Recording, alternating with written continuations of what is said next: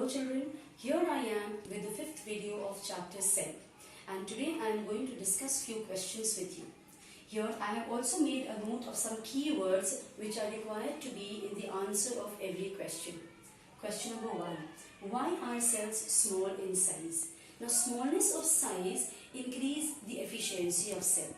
When the cells are small, then the various parts of the cells are able to communicate better, and then a cell helps in diffusion of substances. So the diffusion of inward and outward diffusion of substances become better. They are able to transport in and out the substances in more amount.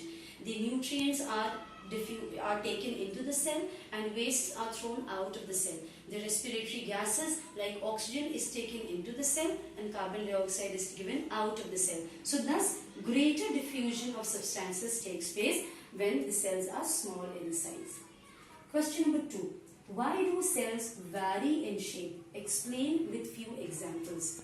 Now, we know that our body performs various kinds of functions, and we also have discussed in the lesson that it is the cells which work, due to which the body functions are carried out.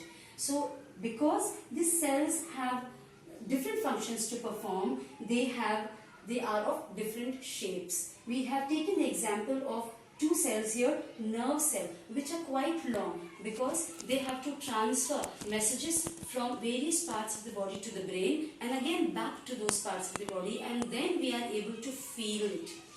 WBC, that is white blood cell, it helps in defense system of the body. So therefore it is amoeboid in shape and they generally flow in blood vessels, and because they have to move out, so with amoeboid shape they are able to move out of the blood vessels easily.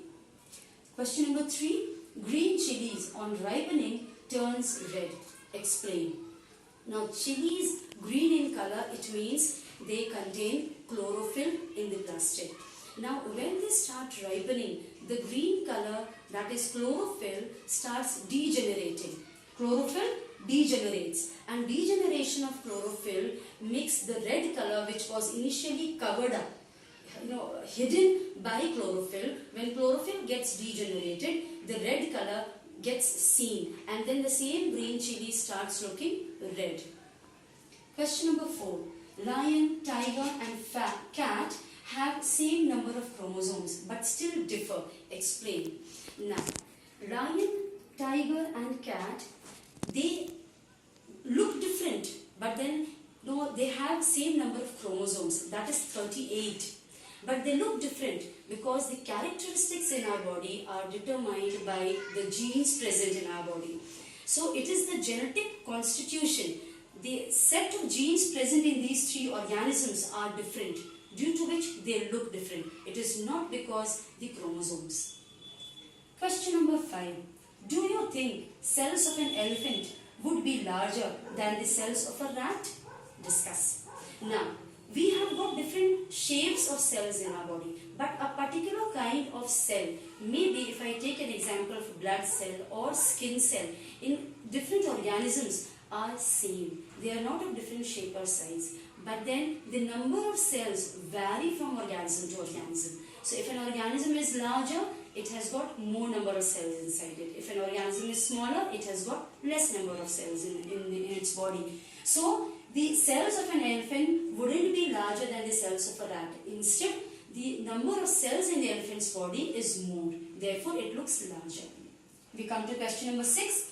It is said that protoplasm cannot be analyzed chemically. Why?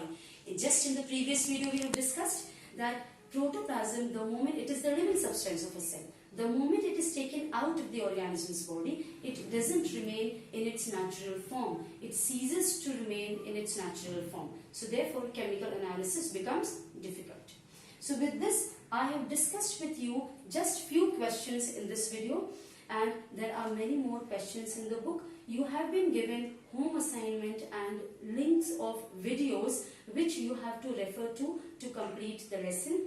Read the lesson few number of times and solve the back questions. There are progress check questions, there are multiple choice, short answer, long answer type questions. Solve them all and follow the home assignment to be done in the notebook. The diagrams which are mentioned, that has to be compulsorily drawn so that you become thorough with the lesson. So that's all for this chapter, children. Thank you. I'll be meeting you again with the next lesson. All the best.